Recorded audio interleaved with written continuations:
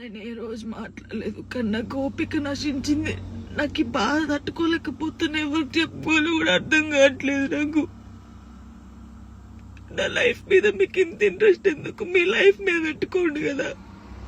ఆ టైంలో మీ లైఫ్ మీద పెట్టుకుంటే బాగుంటది. ఒక అమ్మాయి జీవితంతో ఆడుకున్నాడు ఎందుకు? నా కొడుకుని మంచి చదువుకొని మంచి పొజిషన్లో చూడాలనుకున్నా, అది చూడలేనేమో నేను, నాకు అర్థమవుతుంది. నేను బద్దల్లే పోతా. ఇది మాట్లాడితే మీరు ఏదో ఆపేస్తారు, ఇది కాదు. ఓపిక నశించి నేను ఎప్పుడు దేనికి రియాక్ట్ కాలేదు.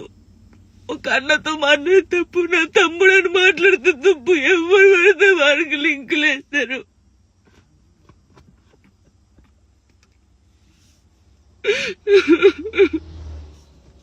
నాతో అయితే నేను. అందరికీ నమస్తే. బాగున్నారు కదా? అందరూ బాగానే ఉంటారు, ఎందుకంటే పక్కోని జీవితంతో ఆడుకుంటున్న వాళ్ళు అందరూ మంచిగానే ఉంటారు. జాలిరి నవ్వుతే తప్పు, జాలిరి ఏడుస్తే తప్పు, జాలిరి ఒకరితో మాట్లాడితే తప్పు, జాలిరి కూసుంటే తప్పు, జాలిరి నిల్చుంటే తప్పు. జాలిరి నవ్వుతే ఓవర్ యాక్షన్.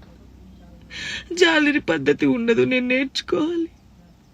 ఫోక్ ఇండస్ట్రీలో పద్ధతిగా చీర కట్టుకొని ఇప్పటి వరకు మెయింటైన్ చేసింది నేనే.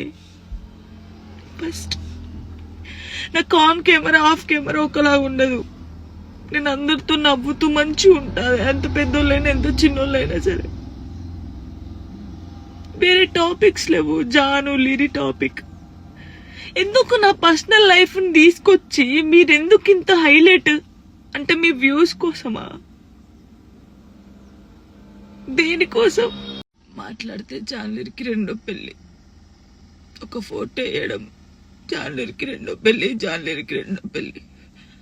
ఆడోళ్ళు మొగోళ్ళు న్యూస్ రిపోర్టర్స్ అంతా ఇంతేనా? ఒక ఆడపిల్ల బాగా తెలుస్తుంది అనుకున్నా, మీరు కూడా ఇంతేనా? అసలు నా పర్సనల్ లైఫ్ ని ఎందుకు తీస్తున్నారు? మీకు అసలు జానులిరి తప్ప వేరే టాపిక్స్ లేవా? ఎవరో గుడికి వెళ్తే రేప్ చేసి చంపారట, ఆ అమ్మాయి గురించి మాట్లాడచ్చు కదా, ఆ ఎదవల గురించి మాట్లాడచ్చు కదా. చిన్న పిల్లని చంపేస్తున్నారు, వాళ్ళ గురించి మాట్లాడచ్చు కదా. ఎందుకు నా టాపిక్, నా పర్సనల్ లైఫ్? సరే, నా గురించి మాట్లాడినప్పుడు నా గురించి మంచి కూడా ఉంది కదా. 8 సంవత్సరాల నుంచి ఒక కొడుకుని పెంచుకుంటుంది, పద్ధతిగా ఉంటుంది. ఈ షోలో మన తెలంగాణ అమ్మాయి విన్ అయిందని చెప్పొచ్చు కదా, మంచి చెప్పొచ్చు కదా నా గురించి. ఎందుకు నా పర్సనల్ లైఫ్ ఇంత ఘోరంగా? ఇన్స్టాగ్రామ్ లో నా వీడియోస్, నా వాయిస్ కి గలీజ్ వాయిస్ పెడుతున్నారు. నాకు కొడుకు, నా కొడుకు చూడడా? నువ్వు ఒక అమ్మ కొడుకే కదా. నీ అమ్మ వీడియో అలా పెట్టి గలీజ్ మాటలు పెడితే నీకెంత బాధ ఉంటుందో అంతకన్నా ఎక్కువ బాధ నాకుంది. ఫస్ట్ టైం అనిపిస్తుంది నాకు చచ్చిపోవాలని, ఇవన్నిటికి దూరంగా ఉండాలని, ఎక్కడికైనా వెళ్ళి చచ్చిపోవాలనిపిస్తుంది నాకు. నిజంగా లేనట్టున్న లైఫ్ లేకపోతే దీనివల్ల నేను ఖచ్చితంగా చచ్చిపోను. ఒకవేళ నేను నిజంగా చచ్చిపోతే కారణం మీరే అవుతారు, గుర్తుపెట్టుకునేది. ఇంత నరకమా? మస్తు టాపిక్స్ ఉన్నాయి. నా మీద పడేందుకు మీకేమొస్తుంది? నేను చచ్చిపోయినా కూడా నా శవం దగ్గరకు వచ్చి మైకులు పెట్టి ఎందుకు చచ్చిపోయింది తెలుసా, ఎందుకు చచ్చిపోయిందని చెప్తారు మీరు. మీ వ్యూస్ కోసం ఒక అమ్మాయి జీవితాన్ని రోడ్డు మీద వేయాలి. అది మంచిగా చెడ ఆలోచించరు, ఇష్టం ఉన్నట్టు కామెంట్స్ పెడతారు. మా అమ్మ నాన్న నన్ను చిన్నప్పటి నుంచి ఒక్క మాట కూడా అనకుండా పెంచారు, కానీ ఈ రోజు అడ్డమైన వాళ్ళతో నేను మాటలు ఆడుతున్నాను.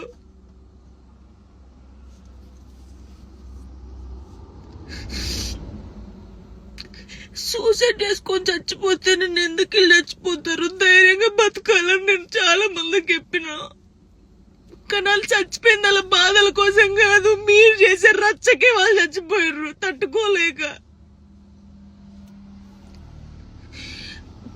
నాకు ఈ రోజు అనిపిస్తుంది, నాకు ఓపిక నశించింది. నేను చూసి వీడియోలకి నా వాయిస్ కి గలీజ్ వాయిస్ పెట్టడం, మీ అమ్మ తీసుకొచ్చి మీ అమ్మ వాయిస్ కి గలీజ్ మాటలు పెడితే మీకు అప్పుడు అర్థమవుతుంది బాధ. చాలా మంది జానక్క చూసి నేర్చుకున్నాం, జానక్క ధైర్యంగా ఉండాలని చాలా మంది అన్నారు నాతోని. నాకు ఓపిక నశించిందిరా, మీ అందరూ చెప్తున్నా నాకు ఓపిక నశించింది. నాకు ఫుల్ బాధ అవుతుంది.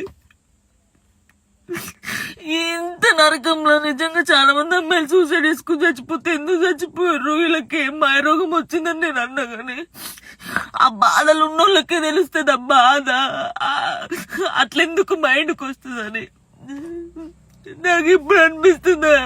అరే నిజమే కదా, బాధపడ్డోళ్ళకి బాధ తెలుస్తుంది. కానీ తప్పు ఈ న్యూస్ ఛానల్స్ కానీ ఇన్స్టాగ్రామ్ లో ఉన్నోళ్ళకి కానీ చాలా తప్పు. ఒక జీవితాన్ని, ఒక ప్రాణాన్ని మీరు ఆ ప్రాణం పోయినాక మీరు చేసేది ఏం లేదు, మీరు సంతోషపడతారు. కానీ ఒకరిని చంపి ఒకరిని బాధపడి మీరు బతుకొద్దు, చాలా తప్పు.